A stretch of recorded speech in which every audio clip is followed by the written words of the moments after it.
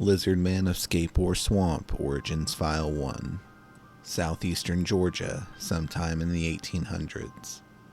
Deep in the old southern forests, a band of hitchity hunters come across a hollow tree. Claw marks on the bark, they thought a bear was sleeping inside, so they lit a fire at the base, letting smoke curl up into the trunk. But what came out wasn't any bear. The tree split with a hiss, and a huge lizard, man-sized and scaled, burst into the light. It lunged for them, dragging one into the brush. The others ran, shouting, until a panther leapt from the trees above. The forest shook with the fight. Noise stopped. The lizard was gone.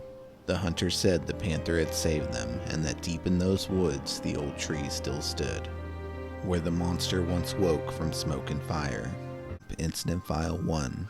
Fall 1987, long before Bishopville became famous for the Lizard Man. One man saw something he couldn't explain. Just after midnight, George Holloman Jr. stopped at a roadside artesian well near Scape Ore Swamp to fill a jug with water. The night was still until he noticed a shape in the road, tall and dark, like a dead tree standing where none should be.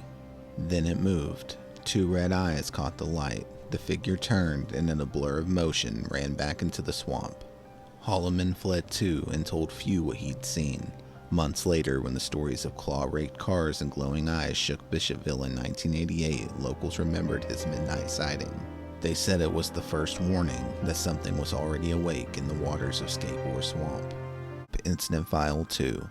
June 29, 1988, Browntown, South Carolina. It was just after 2 a.m., 17-year-old Christopher Davis was driving home from work when his tire blew out, along a lonely stretch of Browntown Road, right on the edge of Scape Ore Swamp.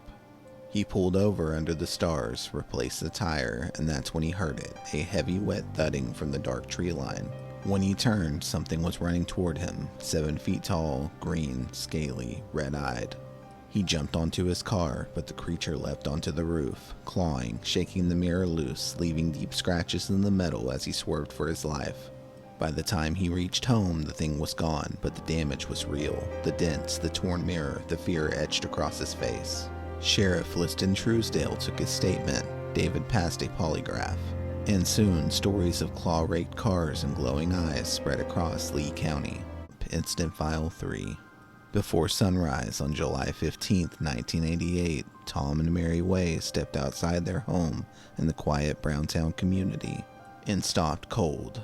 Their mid-80s Ford LTD sat in the drive, torn apart. Chrome molding ripped away, wires hanging loose beneath the hood, deep bike marks pressed into the metal. Mud streaked the doors, and scattered in the dirt were strange three-toed tracks. They called the Lee County Sheriff. Liston Truesdale arrived, studied the damage, and opened a file.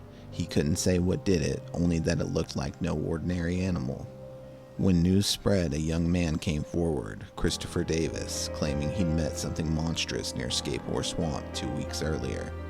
The two stories collided, and a quiet patch of South Carolina suddenly had a legend of its own, the Lizard Man of Scape Ore Swamp.